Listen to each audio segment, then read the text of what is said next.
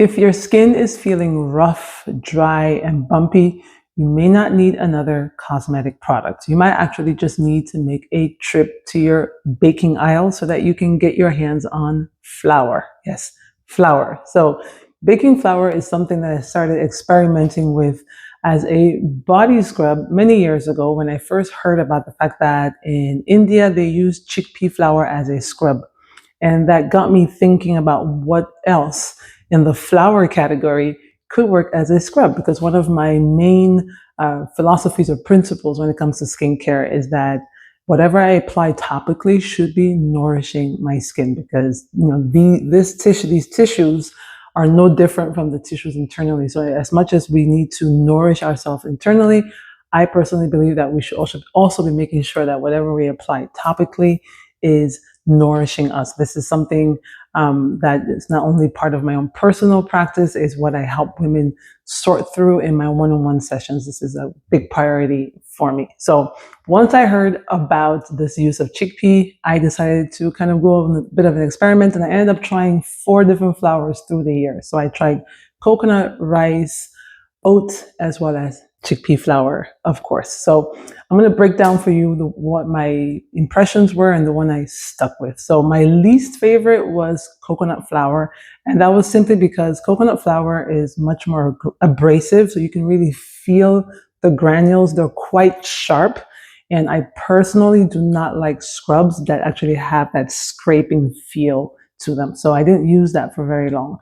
I've also, like I said, tried chickpea flour itself. I found that to be neutral, so I didn't feel like my skin felt any smoother or softer in any way. So after a few attempts, I also set that one to the side. And then I found rice flour, and I've tried white rice flour as well as, I think I've also tried brown, but mostly white rice flour. And I thought that was pretty decent. It did a good job at leaving my skin feeling a little bit smoother. But the one that I've settled on, that I keep coming back to, is oat flour. So this is just oatmeal that has been ground up into a powder. That is my preferred flour to use as a body scrub, because not only does the skin end up feeling smooth, it also feels nice and moisturized. And if you are somewhat familiar with how oatmeal is used for skincare, this may not be a surprise for you, because we do have another form of oatmeal called colloidal oats, and those are typically used for oat baths for very irritated, inflamed, dry, itchy skin. It's quite common for people to take oatmeal baths when they have like psoriasis, eczema, dermatitis, because it is really beneficial for soothing inflammation in the skin. So there's already that well-known use of oatmeal. And so in this scenario, using it as a scrub, like I said, what I found is that it just really leaves your skin feeling a lot more moisturized. Not very surprising. Oatmeal does have humectant properties, right? For example, and humectants basically pull moisture to your skin. So one of the key ingredients in oatmeal is something called beta glucans, and they bring in that moisture. They are responsible for that gel-like texture, like when you cook oatmeal to eat, right? It's slimy, it's gel-like, and on the skin that actually increases the sort of the moisture factor and helps the skin feel polished. I believe it also can leave a little bit of a film, so that's probably why when I feel my skin, it feels a little bit smoother. It also contains ferulic acid, which is an antioxidant that just helps to just protect the skin overall. So there's lots of different things going on with oatmeal, but like I said, we all know already that it has a lot of benefits for inflamed skin. So for me, using it as a scrub wasn't too much of a stretch. Now, I do want to talk about how I actually use it and why. So the main reason why I use it is because I tend to have bumpy or kind of more dry, rough skin on the back of my thighs. I'm sure I'm not the only one. We tend to get that from maybe too much sitting down and stuff like that in modern life. So the skin back there typically needs extra help. And so I don't use this scrub anywhere else on my body. I literally have been using it strictly just for the back of my thighs. And how I use it is I just put maybe like a small amount on in the palm of my hand. I put that in the palm of my hand when I'm in the shower. After I have soaped up and rinsed off the soap, then I just use my hands and just in circular motion on the back of my thighs, I apply. And so I'm applying this to wet skin. It will naturally make a paste. Yes, your shower will start to smell like oatmeal, which if you like the smell of cooked oatmeal, then that's a plus. And so I just do that for about 30 seconds to a minute on back of each thigh, rinse it off, and then I get out of the shower and I continue with my just with moisturizing my skin. And I do that about every other day, sometimes every 2 days. So I don't use it every single day, but I do find it to be really, really good. So if you are looking for a home remedy for this same type of situation, I highly recommend it. And also in terms of storage, so what I do is I put my oat flour in a little container. So this is just a plastic container that has a lid. And I do keep it away from the water, but I make sure to put a lid so that, I don't get little droplets into this powder right here. And so that's how I do it. I just put what I need.